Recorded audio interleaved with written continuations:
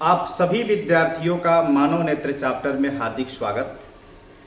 आप सबको पता है कि 10वीं क्लास का एग्जाम में बहुत कम समय बचे हैं और उसी एग्जाम को ध्यान में रख करके हम लोग अभी ऑब्जेक्टिव का एक सीरीज चला रहे हैं, जिसमें आज हम लोगों ने मानव नेत्र के बारे में जानने का प्रयास करेंगे। तो आइए बिना देर किए हुए हम लोग चैप्टर को चालू करें और जैसा बीच में जो भी आवश्यक बातें होगी उस पर हम लोग चर्चा जरूर करेंगे। आप सबका बहुत बहुत स्वागत, बहुत बहुत अभिनंदन। तो आइए आज हम लोग मानव नेत्र दृष्टि दोष के बारे में चर्चा करते हैं। जैसा कि आप सबको पता है कि मानव नेत्र ही तो वह शरीर का अंग है जिससे हम इस रंग बिरंगे संसार को देखते हैं। और मानव नेत्र का क्या बनावट है, इसी के बारे में हम लोग इसमें जानेंगे और आपको बहुत अच्छे से समझ में आने वाला है। और परीक्षा में भी यहां से बहुत प्रश्न बनने की संभावना है। एक जो चैप्टर का एक जो लिमिटेशन होता है कि इस चैप्टर से इतने प्रश्न पूछे जाएंगे, तो यह चैप्टर एक अच्छा खासा नंबर, कम पढ़ने पर भी ठीक ठाक नंबर इस चैप्टर से आ जाता है। देखिए, पहला हमने एक प्रश्न रखा इस पर। प्रश्न है मानव नेत्र तथा रंग बिरंगा संसार, मतलब वही मानव नेत्र जिससे हम इस रंग बिरंगे संसार को देखते हैं। नेत्र गोलक का व्यास लगभग होता है, पहला प्रश्न है। और हम एक प्रश्न के साथ कई प्रश्नों का चर्चा करेंगे और उस पर आपको ध्यान देने की आवश्यकता होगी। देखिएगा, ये जो आंख है, जो नेत्र है, जो मानव नेत्र है, ये जो नेत्र का गोला होता है इसी को बोलते हैं नेत्र गोलक। जो आंख का गोला होता है इसी को बोलते हैं नेत्र गोलक। और व्यास का मतलब होता है कि बीच में अगर केंद्र है तो बीचों बीच की दूरी। और ये नेत्र गोलक का जो व्यास होता है, मतलब यहां से लेकर के और यहां तक का आंख के गोले का जो व्यास होता है, जो बीच का दूरी होता है, यह लगभग 2.3 सेंटीमीटर होता है। याद रखिएगा, यह आपके आंख का साइज बता रहा है। आपके आंख का साइज कितना बड़ा है, मतलब यहां से लेकर यहां तक की दूरी बीचों बीच अगर हम मापे तो कितना होगा, तो 2.3 सेंटीमीटर। यह पहला प्रश्न था आपका कि नेत्र गोलक का व्यास लगभग होता है 2.3 सेंटीमीटर। ऑप्शन नंबर 1 आपका सही होगा। नेत्र, अब एक बात है कि आंख तो है, आंख में जो गोला है उसको हम नेत्र गोलक बोलते, जिसका व्यास 2.3 सेंटीमीटर था। लेकिन दूसरा प्रश्न जो कि बहुत सुंदर प्रश्न है, और यह प्रश्न तो बोर्ड का आजकल फैशन चल गया है ऐसे प्रश्नों को पूछना। आंख है, हमको पता है कि जब आंख खराब होता है तो आंख में एक लेंस लगाया जाता है। लेंस कई प्रकार के हो सकते हैं, जैसे निकट और दूर के लिए हम लोग उत्तल और अवतल का प्रयोग करते हैं। निकट में अवतल लेंस और दूर में उत्तल लेंस। लेकिन आंख में भी तो पहले से एक लेंस होता है। तो अगर हम उस आंख के लेंस का बात कर ले कि आंख में जो पहले से लेंस है वह कौन लेंस है, तो आपको याद करना है कि आंख में जो मानव नेत्र है उसमें पहले से जो लेंस है यह है उत्तल लेंस। याद कर लीजिए इस बात को। मानव नेत्र में कौन सा लेंस, कईयों बार परीक्षा में पूछा गया प्रश्न है कि आंख में जो लेंस होता है वह कौन सा लेंस होता है, तो उत्तल लेंस। और ऑप्शन नंबर आपका कितना सही है, तो ऑप्शन आपका सही हो रहा है ए नंबर, उत्तल लेंस। इसमें लेंस लिखा है, कौन सा लेंस, तो उत्तल लेंस आपका सही होगा। तो मानव नेत्र में कौन सा लेंस, उत्तल लेंस। मानव नेत्र का व्यास कितना, 2.3 सेंटीमीटर। मतलब नेत्र गोलक का व्यास कितना, 2.3 सेंटीमीटर। हम लोग पूरे महत्वपूर्ण प्रश्नों को हमने चुन चुन करके इसमें रखा है, और अगर आप इसको पूरा कर लेते हैं तो इससे जो ऑब्जेक्टिव प्रश्न है इसको इस चैप्टर से आ जाने की संभावना है। आगे देखिए, आगे प्रश्न है, नेत्र में किसी वस्तु का प्रतिबिंब होता है। बहुत शानदार क्वेश्चन कि मानव नेत्र जो होता है उसमें किसी वस्तु का प्रतिबिंब कैसा होता है। आप पहले एक बात अभी आपने पढ़ा कि आंख में कौन सा लेंस होता है। हमने अभी बात किया कि आंख में होता है उत्तल लेंस। तो जो आंख में जो लेंस होगा वो तो व्यवहार उसी तरह का करेगा। तो पहले हम लोग पिछले चैप्टर प्रकाश के अपवर्तन में एक प्रश्न देखा था कि उत्तल लेंस में किसी वस्तु का कैसा प्रतिबिंब बनता है। तो उस समय हम लोग बात किए थे कि उत्तल लेंस में किसी भी वस्तु का वास्तविक, उल्टा तथा छोटा प्रतिबिंब बनता है। उत्तल लेंस में किसी वस्तु का वास्तविक, उल्टा तथा छोटा प्रतिबिंब बनता है। तो वही है कि नेत्र में किसी वस्तु का बना प्रतिबिंब कैसा होता है। तो प्रतिबिंब क्यों बन रहा है? क्योंकि आंख में एक लेंस है, और कौन सा लेंस है? उत्तल लेंस। तो उत्तल लेंस में कैसा प्रतिबिंब बनता है? तो अगर आप पिछले चैप्टर में इसको याद करके रखे हैं कि उत्तल लेंस में वास्तविक, उल्टा तथा छोटा प्रतिबिंब बनता है, तो वही जवाब है कि नेत्र में किसी वस्तु का बना प्रतिबिंब कैसा होता है?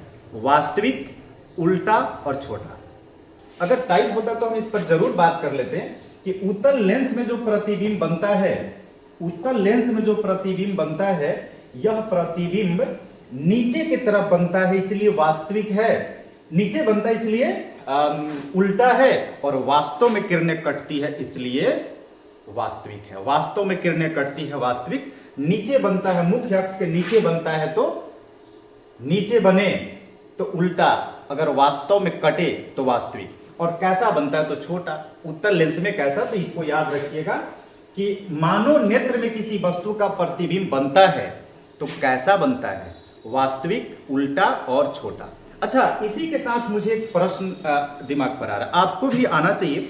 अब सोचिए थोड़ा। अब सोच रहे हो कि मानव नेत्र में प्रतिबिंब बनता कहां है? ये तो ठीक है, सवाल तो बनना चाहिए। हाँ, मानव नेत्र में प्रतिबिंब बनता है, लेकिन मानव नेत्र में प्रतिबिंब जो नेत्र के जिस भाग पर बनता है, और हमें उम्मीद है कि अगला क्वेश्चन वही होना चाहिए।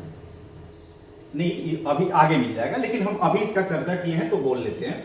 मानव नेत्र में किसी वस्तु का प्रतिबिंब रेटिना या दृष्टि पटल पर बनता है। अब आगे जब वह प्रश्न मिलेगा आप तुरंत टिक करिएगा कि दृष्टि पटल, रेटिना या दृष्टि पटल पर किसी वस्तु का प्रतिबिंब वास्तविक, उल्टा और वस्तु से छोटा बनता है।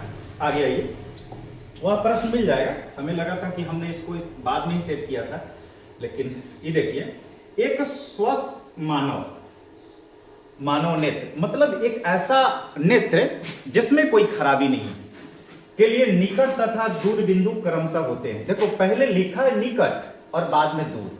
तब निकट बिंदु, मानव नेत्र के लिए निकट बिंदु होता है 25 सेंटीमीटर और दूर बिंदु होता है अनंत। मानव नेत्र के लिए निकट बिंदु 25 सेंटीमीटर और दूर बिंदु अनंत। अब इस प्रश्न को आप थोड़ा सा दिमाग पे रखिएगा और एक काम जरूर करिएगा। अगर केवल एक ही पूछे निकट बिंदु, तो दोनों मत ढूंढिएगा। एक ही पूछे, निकट बिंदु पूछे, तो निकट बिंदु में आपको 25 सेंटीमीटर, मानव नेत्र का दूर बिंदु तो अनंत। तो इसका आंसर कौन आपने चुना है? आंसर करिए, 25 सेंटीमीटर एवं अनंत। कितना नंबर? ऑप्शन नंबर डी के साथ आप लोग जरूर जाइएगा। यहां पर एक प्रश्न है, मानव नेत्र आंख में प्रवेश करने वाले प्रकाश की मात्रा को नियंत्रित करता है। इस पर तो कुछ बात करना ही पड़ेगा। इन प्रश्नों पर तो कुछ बात करना ही पड़ेगा। देखिएगा, ये जो आंख होता है और आंख की जो बाहरी परत है थोड़ी सी उभरी होती है, इस प्रकार का कुछ बनावट होता है आंख का, फिर दूसरी परत और फिर तीसरी परत, ऐसे होता है। तो आंख के दूसरे परत को कोराइड बोलते हैं। आंख के दूसरे परत का नाम है कोराइड। कोराइड आगे आकर के दो भागों में विभक्त हो जाती है, जो एक नेत्र लेंस को लटका के रखती है। उसका नाम है पक्षमाभी पेशिया या सिलियरी पेशिया। उसके आगे सिकुड़ने फैलने वाली एक डायफ्राम के रूप में, जिसको हम परितारिका या आइरिस कहते हैं। परितारिका या आइरिस का काम है, ये मान लेते हैं कि दोनों अंगुली मेरा परितारिका है और बीच के दूरी को पुतली बोलते हैं। तो परितारिका सिकुड़ जाता है, और ये कब सिकुड़ता है? जब हम ज्यादा प्रकाश में होते तो फैल जाता है, ज्यादा प्रकाश में परितारिका फैल जाता है और इस पुतली को छोटा कर देता है, ताकि हमारे आंख में कम प्रकाश जाए। कम प्रकाश में होते हैं तो यह परितारिका सिकुड़ जाता है, आइरिस सिकुड़ जाता है और पुतली बड़ा, बीच के रास्ता को पुतली बोल रहे हैं, पुतली बड़ा हो जाता है। और इस तरह से होता क्या है कि पुतली को छोटा बड़ा करके प्रकाश को नियंत्रित करके आवश्यकता अनुसार जो आंख में जाने देने का काम करता है उसका नाम है आइरिस या परितारिका। तो आंसर देखिए, परितारिका या आइरिस यही है जो प्रकाश को नियंत्रित करती है। रास्ता और बीच का जो रास्ता है उसको क्या बोलते हैं? पुतली। तो आंसर कौन होगा आपका? परितारिका या आइरिस ही आंख का वह पार्ट है जो प्रकाश को नियंत्रित करके आंख के अंदर जाने देता है। आगे बढ़िए। मानव नेत्र में वस्तु को हटा लेने के बाद भी नेत्र पटल पर प्रतिबिंब कितने सेकंड तक रहता है? अगर हम किसी वस्तु को देख लें तो उसका वस्तु का प्रतिबिंब हमारे रेटिना या दृष्टि पटल पर बनता है। तो सवाल है कि एक बार किसी वस्तु को देख ले तो उसका प्रतिबिंब हमारे रेटिना पर कितने समय तक बनेगा? तो एक बार किसी वस्तु को देख ले तो उसका प्रतिबिंब हमारे आंख पर 1/16 सेकेंड तक बनता है। 1/16 सेकेंड, 1/16 सेकेंड तक किसी वस्तु का प्रतिबिंब हमारे आंख पर बनता है। आंसर कौन होगा? 1/16 सेकेंड। याद रखिएगा, जब हम किसी वस्तु को देखते हैं तो उस वस्तु का प्रतिबिंब हमारे आंख के रेटिना पर बनता है। और कितना समय तक बनता है? 1/16। दूसरा बताइए, कैसा बनता है? वास्तविक, उल्टा और वस्तु से छोटा। कौन सा लेंस आंख में होता है? उत्तर लेंस। फिर आगे बढ़िए और आप इन प्रश्नों को अच्छे से आप घर पर भी बार बार वीडियो को देखकर जरूर अभ्यास करिएगा। अपने लेंस की फोकस दूरी को बदलकर दूर या निकट की वस्तुओं को साफ साफ देख सकने के गुण को आंख का कौन क्षमता कहते हैं? समंजन क्षमता। देखिए, यह प्रश्न आपसे कई बार सब्जेक्टिव में भी पूछा गया है। समंजन क्षमता किसे कहते हैं? थोड़ा इस पर भी बात कर लेते हैं। देखिए, आंख की पहली परतें जो थोड़ी सी उभरी होती है, आंख की दूसरी परत जिसको हम कोराइड कहते हैं, यह कोराइड जो है आगे आकर के दो भागों में बढ़ जाती है, एक भाग और एक ई भाग। इसमें यह लेंस को लटका के रखती है और यही जो दूसरा भाग है, ई वाला जो भाग है, इसी का नाम है परितारिका या आइरिस, जो सिकुड़ता फैलता है और प्रकाश को बीच के रास्ता को बोल रहे हैं पुतली। और यह जो लेंस को दोनों तरफ से पकड़ के रखा है, इसी का नाम है पक्षमाभी पेशिया या सिलियरी पेशिया। जब हमको दूर देखना होता है तो यह जो लेंस को पकड़ के रखा है, जब हमको दूर देखना होता है तो थोड़ा सा खींच करके लेंस के फोकस दूरी को बढ़ा देता है और हम दूर के वस्तु को आसानी से देख लेते हैं। लेकिन जब हमको निकट देखना होता है तो यह लेंस को थोड़ा सा ढीला छोड़ देता है, जिससे फोकस दूरी उसका कम हो जाता है और हम निकट के वस्तु को साफ साफ देख लेते हैं। और आंख के इसी क्षमता को, जिससे कि निकट और दूर की वस्तु को देखने के लिए फोकस दूरी को हम लोग समायोजित कौन कर रहा है इसमें? तो सिलियरी मांसपेशिया। तो सिलियरी मांसपेशिया द्वारा नेत्र लेंस के फोकस दूरी को घटा बढ़ाकर निकट और दूर के वस्तु को साफ साफ देख सकते हैं। इसी क्षमता को कहते हैं समंजन क्षमता। तो प्रश्न फिर से पढ़िएगा। अपने लेंस की फोकस दूरी को बदलकर, कौन बदलता है? याद रखिएगा, सिलियरी पेशिया। बदलकर दूर या निकट की वस्तु को साफ साफ देख सकते हैं। आंख के इसी गुण को तो कहते हैं समंजन क्षमता। तो इसका आंसर कौन होगा? बहुत शानदार क्वेश्चन है, इसको आप बोल सकते हैं 1.25 लाख का प्रश्न यह है। परीक्षा में बहुत बार पूछा गया है। आगे बढ़ते हैं। तेजी से हम लोग सोच रहे हैं कि ज्यादा से ज्यादा सवाल करें, क्योंकि परीक्षा के अब इतना कम समय बचा है, तो अब ज्यादा से ज्यादा सवाल को हल करें। ऐसा नहीं, अब सीरियस मोड का पढ़ाई का टाइम बचा हुआ है। आप ऐसा नहीं सोच रहे हैं थोड़ा सा बात कर ले, थोड़ा सा गप कर ले, थोड़ा सा और कुछ देख ले। ऐसा नहीं, एकदम सीरियस मूड में पढ़ने की आवश्यकता है। हाँ, आप थोड़ा सा मनोरंजन तब कर सकते हैं जब आपको बिल्कुल भी पढ़ने का मन नहीं है, लेकिन ऐसा नहीं हमको तो कभी पढ़ने का मन नहीं करता है। मनोरंजन का कोई गुंजाइश नहीं है, किसी तरह आपको पढ़ना पड़ेगा। मन करे तब भी, न मन करे तब भी पढ़ना ही पड़ेगा। इसका जवाब शायद हो गया है, नहीं हुआ। किस दृष्टि दोष में, दृष्टि दोष मतलब निकट दृष्टि दोष, दूर दृष्टि दोष, जरा दृष्टि दोष, किस दृष्टि दोष में किसी वस्तु का प्रतिबिंब रेटिना के आगे बनता है? थोड़ा सा चर्चा तो करना पड़ेगा इस पर। अब देखिए होता क्या है, ये जो मानव नेत्र होता है, तो जैसे हमने यहां पर एक ही परत बनाया और इसका नाम रखा कि यह जो ई वाला पार्ट है इसको हमने कहा रेटिना। और आंख में हमने लगा दिया है, माना कि हमने आंख में कौन लेंस होता है, उत्तल लेंस। तो होता क्या है कि उत्तल लेंस में जब कोई प्रकाश की किरण उत्तल लेंस पर जा करके टकराएगा तो उत्तल लेंस का काम है प्रकाश को झुकाना। प्रकाश को, यानी कि प्रकाश की किरणें उत्तल लेंस से अपवर्तन के बाद झुकती है और जाकर के जिस बिंदु पर जाकर के मिलती है और वहीं पर एक प्रतिबिंब बनता है, मतलब रेटिना पर प्रतिबिंब बना।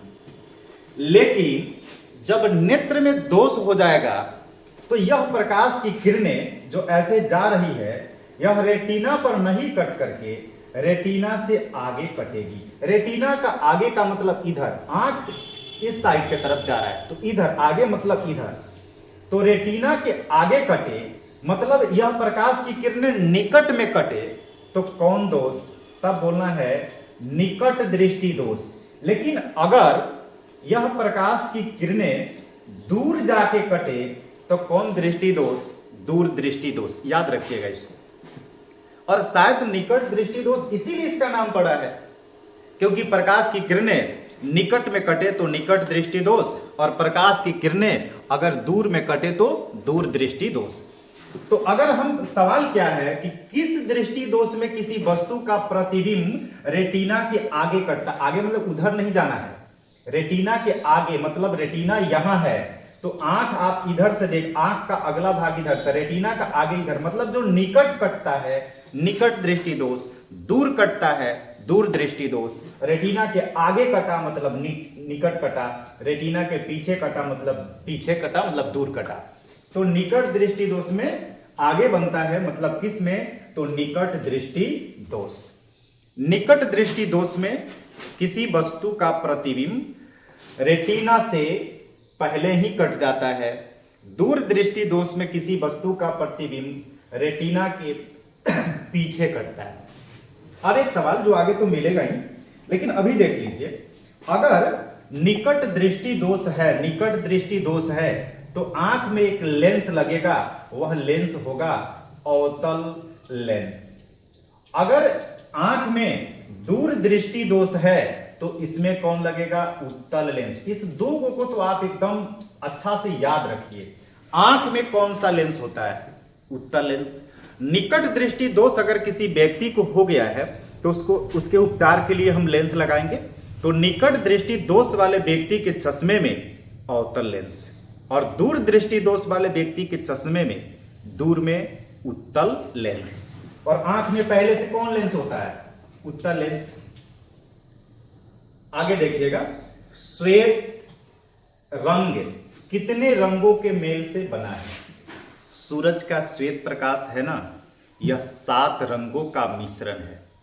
सूरज से जो प्रकाश चलता है हम तक आने के लिए उसमें 7 रंग होते हैं और 7 रंगों को आपस में मिलाने पर जो रंग बनता है वह है श्वेत रंग। अब आप कहोगे तो श्वेत रंग तो सुबह में लाल क्यों दिखता है सूरज, तो उसका भी बात करेंगे क्योंकि लाल रंग का तरंग दैर्ध्य सबसे अधिक होता है। लाल रंग सबसे दूर तक जाने वाला, सबसे दूर तक चल के जाने वाला प्रकाश है लाल रंग। तो चलता तो 7 रंग है लेकिन हम तक सुबह में अधिक, वायुमंडल में अधिक दूरी तय करने के कारण हम तक जो पहुंचता है वह रंग है लाल, और जो हम तक आएगा वैसा ही तो दिखेगा। उसी पर बात है। श्वेत प्रकाश में कितने रंग होते हैं, तो श्वेत रंग में कितने रंग होते हैं, मतलब कितने रंगों से मिलकर के श्वेत रंग बना हुआ है, तो 7 रंगों से। अब उस 7 रंगों के बारे में हम लोग यहां पर 7 रंगों को देख लीजिए। अगर हम इन 7 रंगों के बारे में बात करें तो वह 7 रंग कौन कौन है, तो वह 7 रंग यही 7 रंग है, बैगनी, जामुनी, नीला, हरा, पीला, नारंगी और लाल। यही 7 रंग है जिसके मिलने से कौन सा रंग बना है, श्वेत रंग। श्वेत रंग 7 रंगों का मिश्रण है। अच्छा, इसको याद करने के लिए आप याद कैसे करिएगा इन 7 रंगों के नाम, तो इसको याद करने के लिए नीचे से याद किया जाता है बैजानी, बैजानी पीनाला। आप इसको याद रखिएगा। 7 रंगों को क्रम में याद करना होता है। आप सोच रहे हैं आगे पीछे करके बोल देंगे, नहीं, क्रम में याद रखना है आपको कि सबसे ऊपर कौन, लाल, और सबसे नीचे कौन, बैगनी। ऊपर से 2 नंबर पर कौन, नारंगी, लेकिन नीचे से 2 नंबर पर जामुनी। क्रमांक किसका सही होना चाहिए? तो यह 7 रंगों का मिश्रण होता है श्वेत प्रकाश। और ये जो परिघटना, ये जो घटना दिख रहा है, ये जो प्रकाश को जो गुजारे हैं जिससे, इसका नाम है प्रिज्म। यही क्या है? यह है प्रिज्म।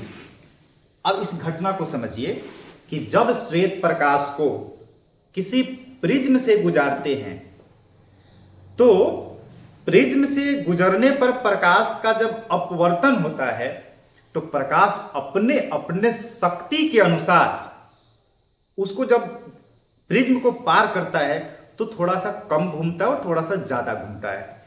तो जो सबसे कम घूमता है, ऊपर जो सबसे होता है, वह रंग होता है लाल। हम कह सकते हैं लाल सबसे शक्तिशाली रंग है। और सबसे नीचे जो होता है वह रंग कौन है? बैगनी।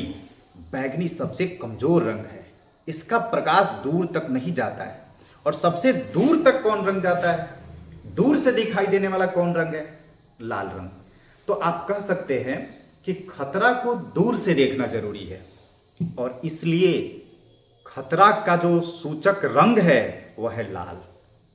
आप बताओ, कहीं रास्ते पर गड्ढा हो गया तो गड्ढा के पास वहां पर कुछ लोग क्या करते हैं कि एक झंडा लगा देते हैं लाल रंग का।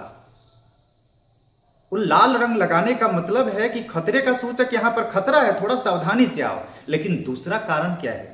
दूसरा कारण है कि यहां पर खतरा तो है ही, खतरा तो है, ठीक बात है, लेकिन लाल रंग इसलिए लगाए हैं कि यह दूर से दिखने वाला रंग है। 7 रंगों में सबसे दूर से जो आपको दिख जाएगा वह रंग कौन होता है? लाल। और इसलिए खतरा का सूचक वाला रंग कौन है? लाल।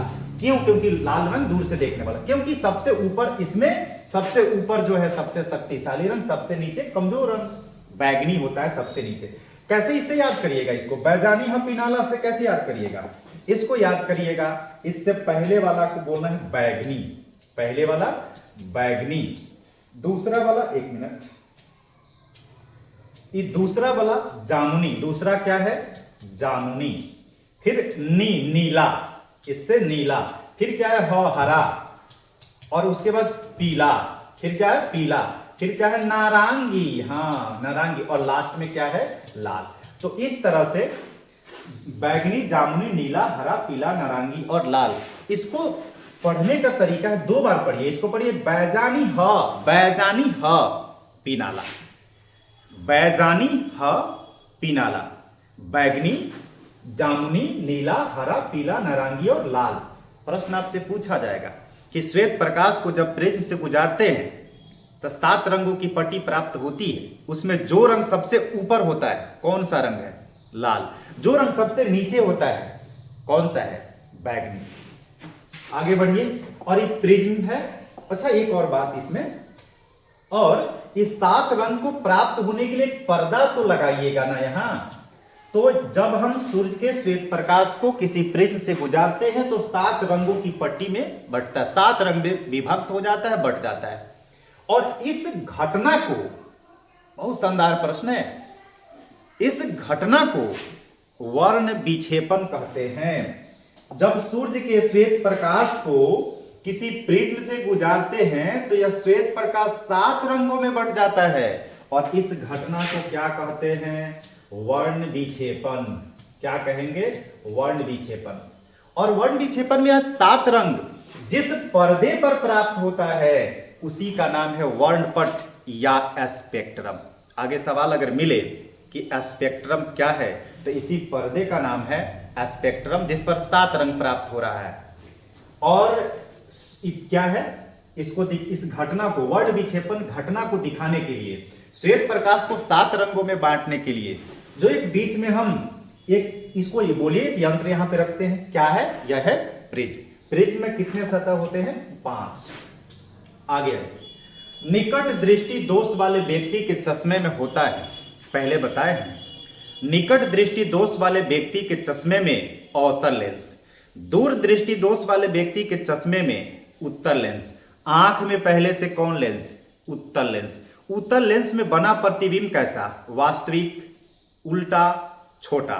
इसलिए आंख में जो रेटिना पर किसी वस्तु का प्रतिबिंब बनेगा, कैसा बनेगा? वास्तविक, उल्टा, छोटा। कहां बनेगा?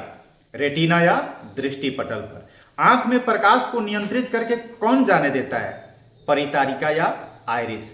फोकस दूरी को घटा बढ़ा करके निकट और दूर की वस्तु को साफ साफ देखने में कौन मदद करता है? जो लेंस को पकड़ के कौन रखता है? तो उसको हम बोलेंगे पक्षमाभी या सिलियरी पेशिया। और इस घटना को क्या कहते हैं कि निकट दूर की वस्तु को साफ साफ देखने में जो मदद करता है? तो इसको कहते हैं हम लोग समंजन क्षमता। इस क्षमता का नाम है समंजन क्षमता। आगे बढ़िए, इसका आंसर तो आप कर लिए होइएगा।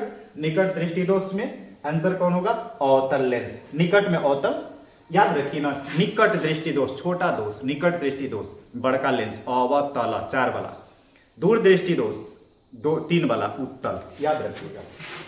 आगे बढ़ रहे हैं। आगे प्रश्न है, मानव नेत्र में स्पेक्ट्रम प्राप्त करने के लिए किसका उपयोग किया जाता है? तो स्पेक्ट्रम प्राप्त करने के लिए हम लोग जो उपयोग करते हैं वह है प्रिज्म। अच्छा, कैसे स्पेक्ट्रम कैसे बनता है? तो एक हम प्रिज्म लेते हैं, एक प्रिज्म लेते हैं और इस प्रिज्म को, एक प्रिज्म से जब हम श्वेत प्रकाश को गुजारते हैं तब यह श्वेत प्रकाश 7 रंगों में विभक्त हो जाता है, 7 रंगों में बंट जाता है। 1 2 3 4 5 6 7, इस 7 रंगों में विभक्त हो जाता है, जिसमें सबसे नीचे कौन सा रंग होता है? बैगनी। और सबसे ऊपर कौन सा रंग होता है? लाल। मतलब यह वाला रंग लाल है और यह वाला बैगनी है। सातों रंग को कैसे याद करेंगे? बैजानी ह पीनाला, बैजानी ह पीनाला। अब जो ऊपर सबसे लाल है और नीचे बैगनी है, ठीक है, तो इस सातों रंग प्राप्त करने के लिए क्या लगाए थे? एक पर्दा लगाए थे और इसी पर्दा का नाम क्या है? स्पेक्ट्रम। लेकिन यह घटना किसके द्वारा बना? प्रिज्म के द्वारा। स्पेक्ट्रम प्राप्त करने के लिए किसका उपयोग किया जाता है? प्रिज्म का। उम्मीद है कि आपको समझ में आ रहा होगा और आप थोड़ा सा अपना पढ़ाई का एक स्पीड बना के रखिए। अब जो समय बचा है इसमें स्पीड देना है।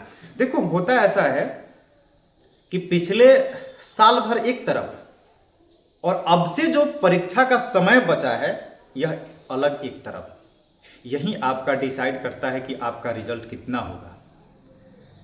अभी हम सोच रहे थे आज कि एक वीडियो आपको बनाएं जिसमें अभी से पढ़ाई किस तरह से करना है, किस किस टॉपिक पर हमको ज्यादा ध्यान देना है, और इसके बारे में हम थोड़ा सा चर्चा करेंगे। सोच रहे हैं कहीं हो सकता है तो कल, आज पहले इसको पूरा कर लेते हैं। आप इसको 2 बार 3 बार जितना बार देखना हो देख लीजिएगा। लगभग थोड़ा सा क्वेश्चन बचेगा तो वो भी आप क्लास में तो हो ही रहा है। कोशिश करते हैं, बाकी सबको करा देने का प्रयास कर रहे हैं। थोड़ा सा जिंदगी बिजी हो गया है। चंद्रमा पर खड़े अंतरिक्ष यात्री को आकाश कैसा प्रतीत होता है? काला। चंद्रमा पर खड़े अंतरिक्ष यात्री को, इसको चंद्रमा पर खड़े बोला है। ऐसे भी बोल सकता है कि अंतरिक्ष यात्री को आसमान कैसा प्रतीत होता है? तो काला। बस याद रखने वाला है। इसका और डिटेल्स में जाने की आवश्यकता मुझे नहीं लग रहा। इसको देखिए, स्पेक्ट्रम में किस रंग की किरण का विचलन यानी झुकाव कम होता है? तो सबसे कम झुकता कौन रंग है? लाल। सबसे कम झुकने वाला जो रंग है वह है लाल, और सबसे ज्यादा झुकने वाला बैगनी। एक बार और बात कर लेते हैं। उसमें जो 7 रंग होता है, सातों रंगों को हम क्रम में कैसे याद रखेंगे? तो उसका तरीका हमने आपको क्या बताया था? बैजानी ह पीनाला। उसके लिए क्या बताना है? उसके लिए है बैजानी ह पीनाला। इसको याद कैसे करिएगा? इससे क्या होगा? बैगनी।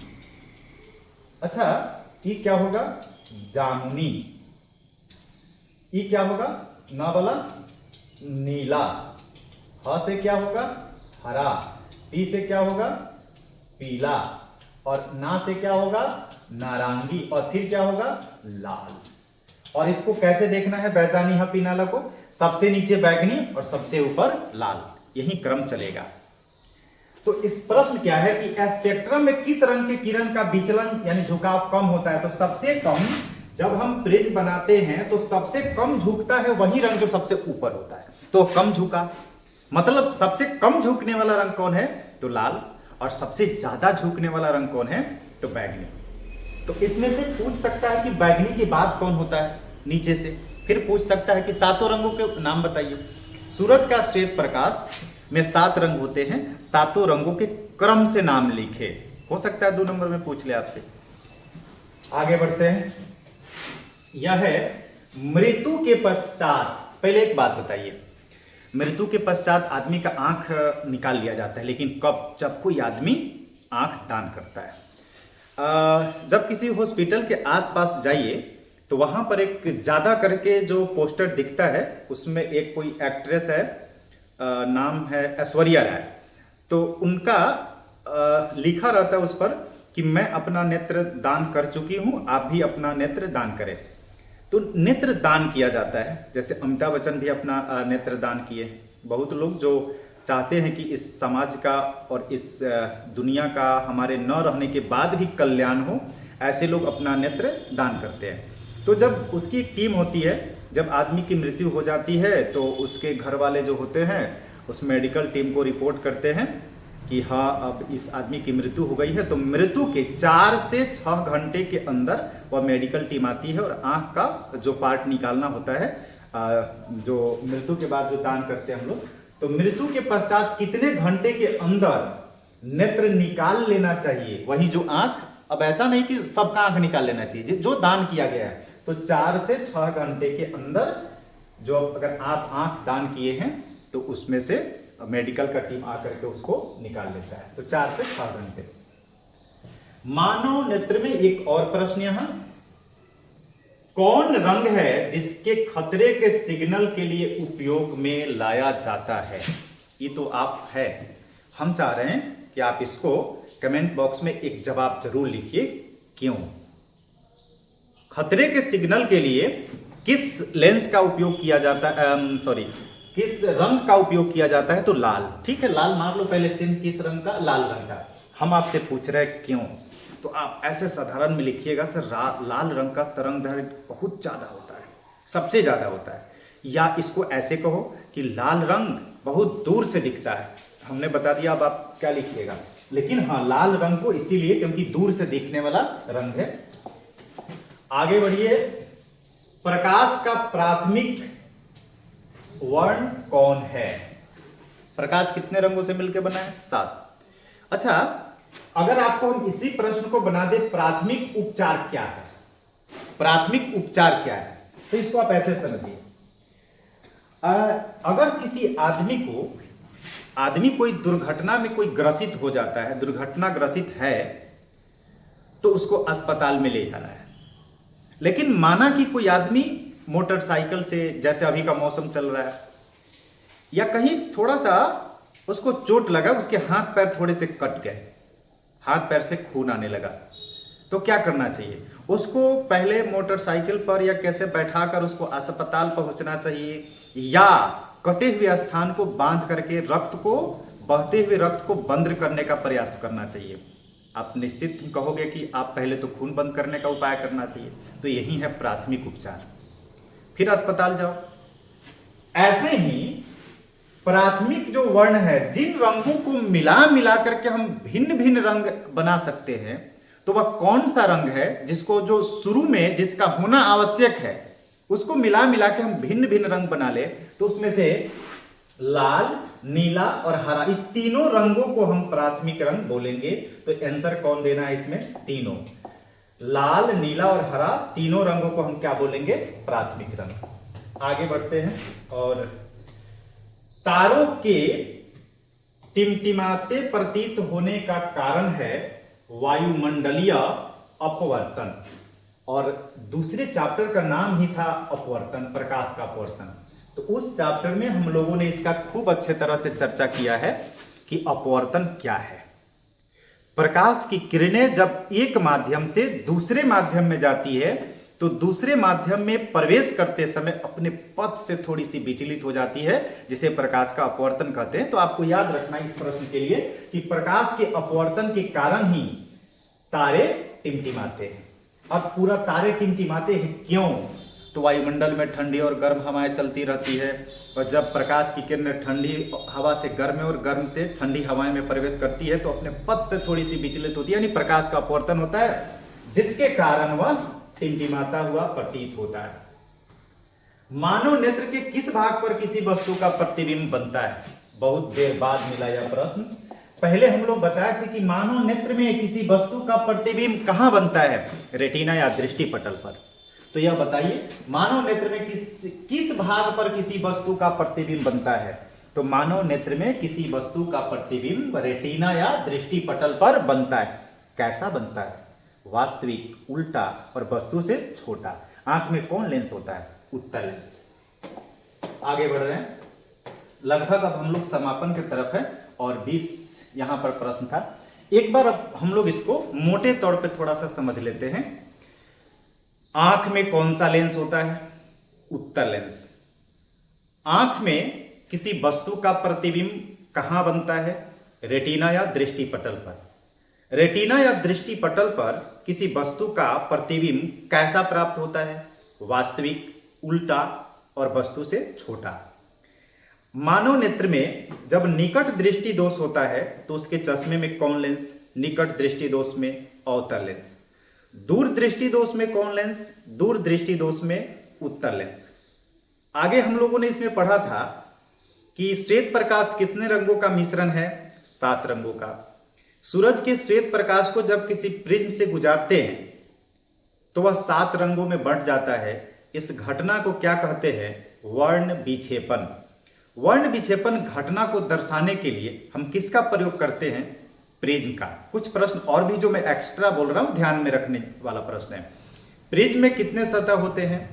5 सतह।